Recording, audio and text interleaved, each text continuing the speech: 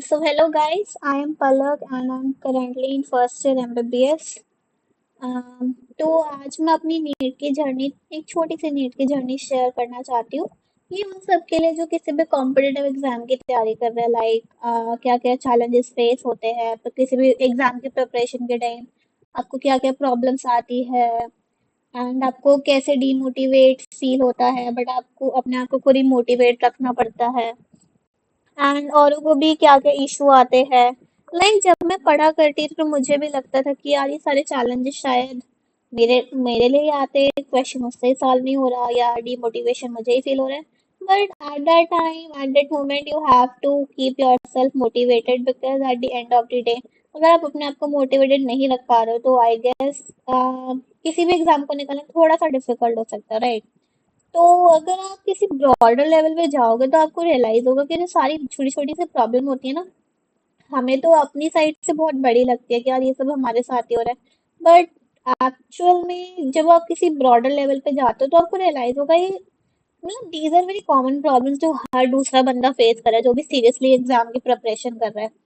तो in this video I will guide you like आप कैसे इन सब चीजों से डील कर सकते हो and all. So let's go. So starting with my journey, मैंने अपनी नीट की प्रिपरेशन 11th क्लास में शुरू की थी। I did not take any coaching in 9th and 10th। And 10th मेरा कोविड था तो मेरे 10th के एग्जाम्स नहीं हुए थे, but basically I was a good student and मेरा पहले से प्री डिसाइडेड था कि मुझे मेडिकल ही लेनी है, तो I went with the medical, but basically I had PCMB to be honest. Then मैंने ऑनलाइन कोचिंग ली थी एंड जो भी सारी कोचिंग में हमारी रेगुलर क्लासेस हुआ करती थी, मॉड्यूल्स हुआ करते थे, असाइनमेंट्स हुआ करती थी, टेस्ट हुआ करते थे। आई वॉज वेरी रेगुलर कि I was a regular student, मैंने कभी भी मिस नहीं किया था कुछ भी। जो भी क्लासेस हो रही है मैंने सारी अटेंड की थी, अच्छे से अटेंड की थी, डेडिकेटली अटेंड की थी। Modules I use to solve all the question जो भी उसमें हुआ करते थे, असाइनमेंट्स जो भी मिलती थी मैं टाइम टू टाइम सॉल्व करने की कोशिश करती थी, सो दैट मेरा कुछ भी वो ना रहे, बैकलॉग ना रहे। So I managed to keep up with all that. Next.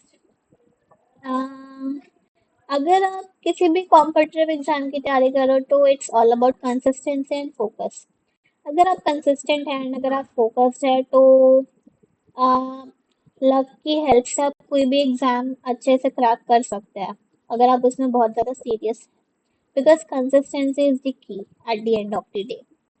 तो जो भी मेरी क्लासेस हुआ करती थी एज आई सेड बिफोर, मैं उसमें रेगुलर रहा करती थी, मैं सारी क्लासेस अटेंड किया करती थी। एंड मैंने मतलब ऐसा था कि जैसे बहुत लोग होते हैं ना, they are like taking classes from the multiple coaching, उन्होंने मल्टीपल कोचिंग में एनरोल कर रखा है कि मैं यहाँ से भी पढ़ रहा हूँ, मैं यहाँ से भी पढ़ रही हूँ, मैं वहाँ से भी पढ़ रहा हूँ। तो मेरे पास सिंगल कोचिंग थी, मैंने कभी भी ऐसे फर्स्ट क्रिएट नहीं किया अपने लिए कि अच्छा मैं मॉड्यूल इसके सॉल्व करूंगी बट मैं क्लासेस वहां से लूंगी। मैंने मतलब throughout my journey I stick only to the one coaching. तो मैंने एक ही कोचिंग को प्रॉपरली फॉलो किया था। उसमें जो भी टेस्ट हुआ करते थे सबको अटेम्प्ट करती थी, चाहे उसमें स्कोर कैसा भी रहता था, बट मैं कभी भी अपने लिए मैंने ऐसे फर्स्ट क्रिएट नहीं किया कि मैं यहाँ भी घूम रही हूँ, मैं वहाँ भी घूम रही हूँ। एंड जो टेस्ट हुआ करते थे वो मैंने सारे अटेम्प्ट किए थे and my score use to around 630 और 630 प्लस, इवन हायर, बट कभी कभी कम भी हो जाया करता था तो वो थोड़ा सा डीमोटिवेटिंग फैक्टर हुआ करता था कभी कभी। बट ठीक है, फ्लो के साथ सब अच्छा चल रहा था, प्रिपरेशन अच्छी का चल रही थी। Then fast forward to 12th grade and मैं एक चीज़ बताना भूल गई, लाइक मेरा कोविड बैच था, उस टाइम कोविड था, तो मेरी 11th में सब कुछ ऑनलाइन था, तो मैं स्कूल पे इतना फोकस नहीं करती थी बिकॉज जो भी स्कूल में पढ़ाया जा रहा है वो अल्टीमेटली जो आप नीट की तैयारी कर रहे हो उसमें सब कवर हो जाया करता था। तो जो सारे आप ऑलरेडी कोचिंग में कॉन्सेप्ट्स पढ़ रहे हो अगर आप वो अच्छे से पढ़ रहे हो तो आपको थोड़ा सा एलाबोरेट करके वही स्कूल में आपको लिख के एग्जाम में लिख के आना होता था। तो मैं स्कूल को इतना सीरियसली नहीं लिया करती थी एंड मैं क्लासेस भी नहीं लिया करती थी स्कूल की। And attendance was not a issue because online था सब कुछ 11th में। Then fast forward to 12th grade, वहाँ पे थोड़े से कोविड का थोड़ा सा अपलिफ्ट हुआ, लॉकडाउन खत्म हुआ। देन स्कूल्स में ऑफलाइन क्लासेस शुरू हो गई, देन मुझे पैनिक अटैक्स होने लग गया, अरे ये क्या हो गया, अब मैं कैसे मैनेज करूंगी school plus coaching.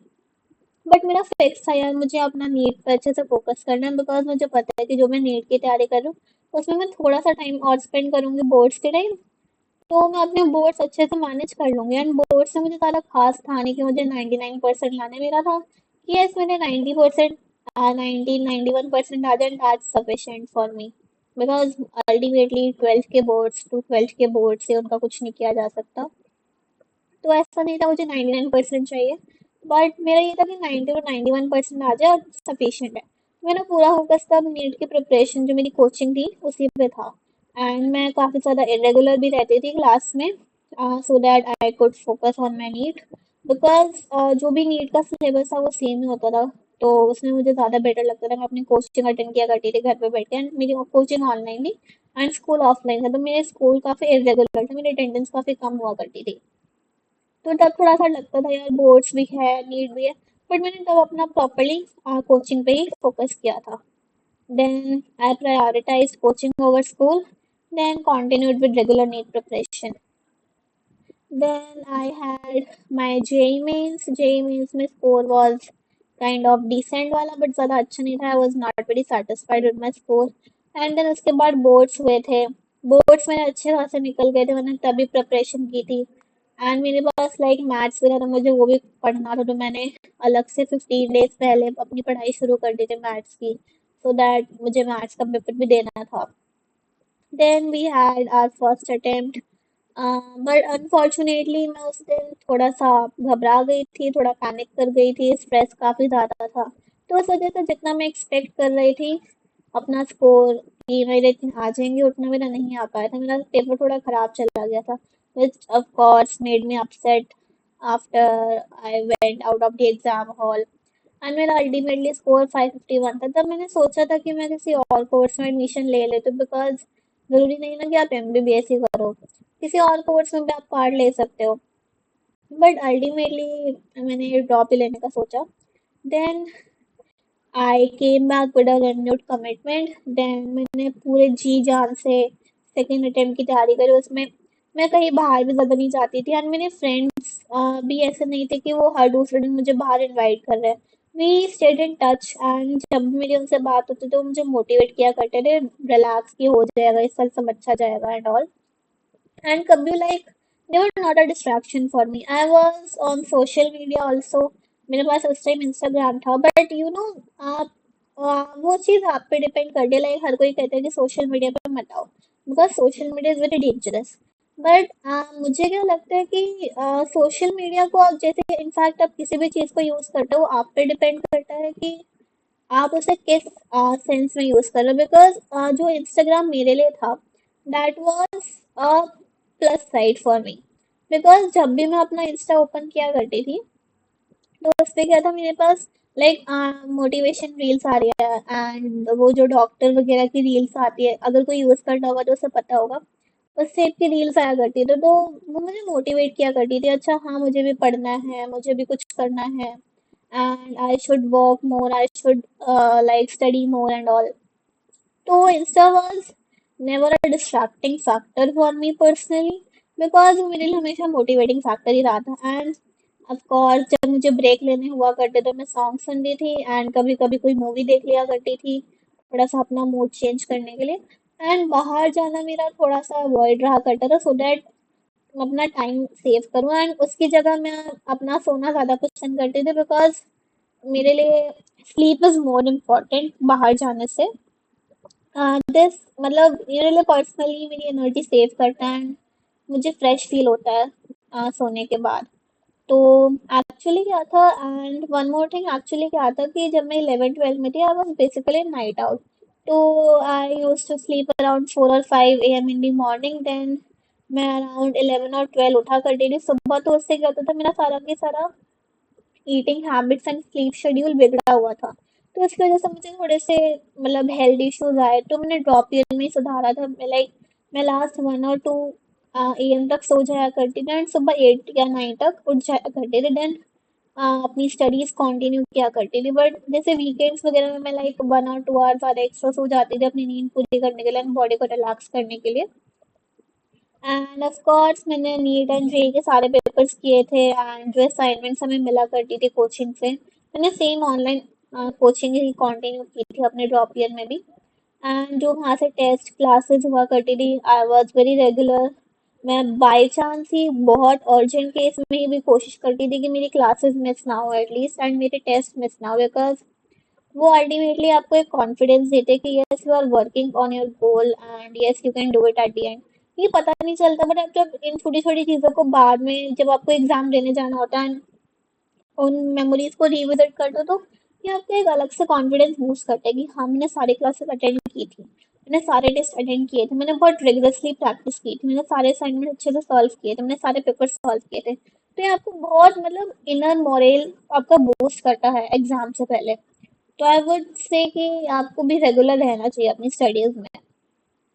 Then building confidence of course, repeated coaching module and assignment, जैसे मैंने अभी बताया, multiple revision of essential books, I would say NCERT.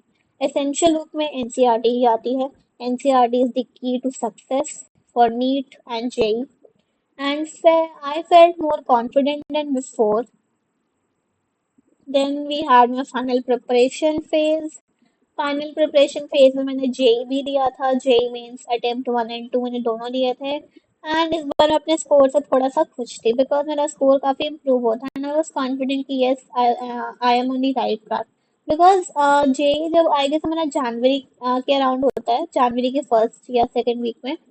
तो तब आपका जो नीट का फेज होता है वो बहुत क्रिटिकल फेज होता है, बिकॉज आपके पास तब ज़्यादा टाइम नहीं बचता क्योंकि नीट आपका मई के फर्स्ट वीक में होता है। एंड अगर आप फर्स्ट वीक को एक्सक्लूड कर दो तो आपके पास अप्रैल तक का टाइम ही रहता है। तो वो आपके पास बहुत ज़्यादा पीक टाइम रहता है कि आपको प्रिपरेशन, आपको किस डायरेक्शन में आपकी प्रिपरेशन को टर्न लेना चाहिए। तो जब मैंने जेई मेंस दिया था तो मुझे आइडिया लग गया था कि हाँ मेरी preparation is on the right track and I should continue with this method. And yes, मैं अगर ऐसे ही पढ़ती रही तो मेरा नीट भी अच्छा जाएगा because I was basically done with physics and chemistry part. Because मेरा जेई का स्कोर सही था, तो मेरा ये था कि यस मैंने अपनी केमिस्ट्री एंड फिजिक्स अच्छे से कर ली, because almost Mains and NEET का लेवल बहुत सिमिलर सा रहता है, ज़्यादा डिफरेंस आता नहीं है उसमें। एंड बस मुझे बायो पे थोड़ा और फोकस करना है। तो उस टाइम मैंने काफ़ी ज़्यादा पेपर्स भी दिए थे, ऑफलाइन पेपर्स, लाइक टेलीग्राम पे इजीली अवेलेबल होता है, हर किसी को पता होगा। And I use to practice on the OMR because ultimately आपको नीट का पेपर ओएमआर पे अटेम्प्ट करना है। उसमें अगर बबलिंग मिस्टेक हो जाती है देन योर होल प्रिपरेशन आपकी खत्म हो जाती है एंड आप उस टाइम कुछ भी नहीं कर सकते, बिकॉज आपको ओएमआर पे अच्छे से प्रैक्टिस की हैबिट होनी चाहिए। Then I had my D day, that is NEET का एग्जाम था जिस दिन। तो थोड़ा सा स्ट्रेस था but I was like confident and पहले जितना मैं स्ट्रेस थी अपने प्रीवियस अटेम्प्ट में उतना ज़्यादा मैं स्ट्रेस नहीं थी। I was pretty much confident कि यस मैंने इस टाइम और भी ज़्यादा प्रिपरेशन करी है, मैंने और भी ज़्यादा फोकसली पढ़ाई की है, तो of course it will be like हो जाएगा। Because I realise in my drop year की journey is more important than the destination. This is the quote I use to believe during my drop year. And यही सोच के मैं exam देने गई थी। एंड ऑफ कोर्स आपको थोड़ा आइडिया लग जाता है कि आपका एग्जाम कैसा गया। तो एग्जाम हॉल से बाहर निकल के मुझे ये था कि एटलीस्ट मुझे गवर्नमेंट सीट मिल जाएगी, आई वॉज हैप्पी। देन रात तक आंसर की आती है तो I calculated my marks and वो अराउंड 656 ही बन रहे थे। एंड फाइनल रिजल्ट में 656 ही बना। नीट के रिजल्ट के बाद I was like very very happy कि yes all that hard work was not in vain. And of course आपको अपने हार्डवर्क का फल मिल जाता है जैसे कहते हैं। And that's all for the day.